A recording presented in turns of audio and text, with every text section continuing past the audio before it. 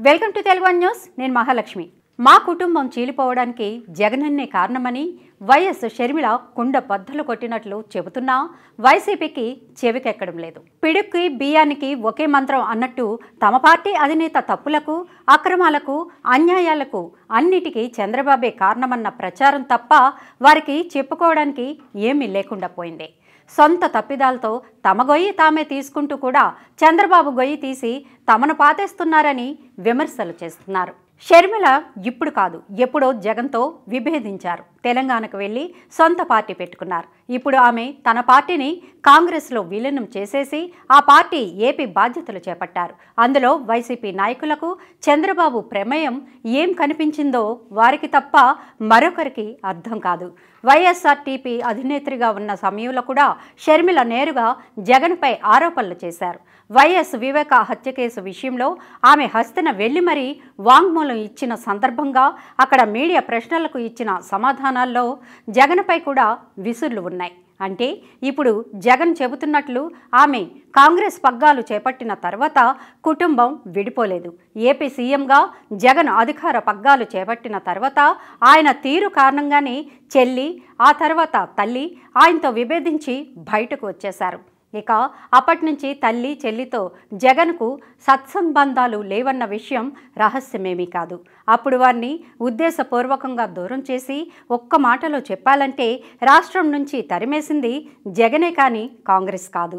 సరే, విభేదాలతో విడిపోయిన తర్వాత ఆమె రాజకీయం ఆమెను చేసుకోనీయకుండా తెలంగాణలో అడుగడుగున ఆంక్షలు పెట్టారు. ఆమెకు ఎటువంటి సహాయ సహకారాలు అందకుండా చేశారు. ఇవన్నీ ఎవరో జగన్ అంటే గిట్టని వారు చేసిన విమర్శలు కాదు, స్వయంగా ఆ కుటుంబానికి సన్నిహితులే వెల్లడించిన విషయాలు. ఇలా తన విజయం కోసం శక్తికి మించి కృషి చేసిన సొంత చెల్లి షర్మిలను ఆ తర్వాత కూరలో కరివేపాకులా విసిరి పారేశారు. ఇప్పుడు ఏపీ కాంగ్రెస్ సారథిగా బాధ్యతలు చేపట్టగానే వ్యక్తిగత అంశాలను, కుటుంబ అంశాలను మొదట ప్రస్తావించింది జగనే.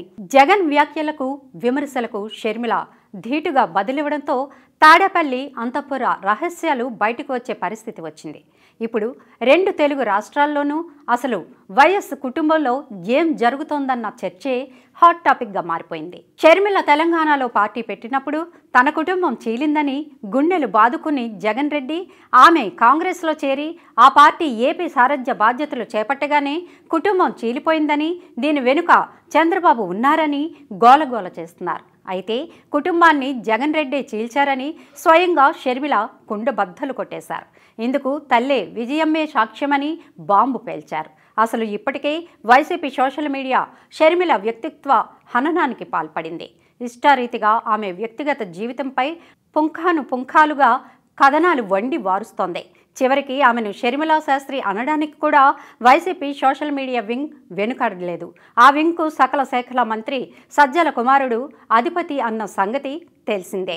ఇప్పుడు వైఎస్ కుటుంబాన్ని చీల్చింది జగనన్నే అంటే వైఎస్ షర్మిల అనగానే స్వయంగా సజ్జల రంగంలోకి దిగారు. షర్మిల చంద్రబాబు స్క్రిప్ట్ చదువుతోందంటూ గగ్గోలు పెట్టేశారు.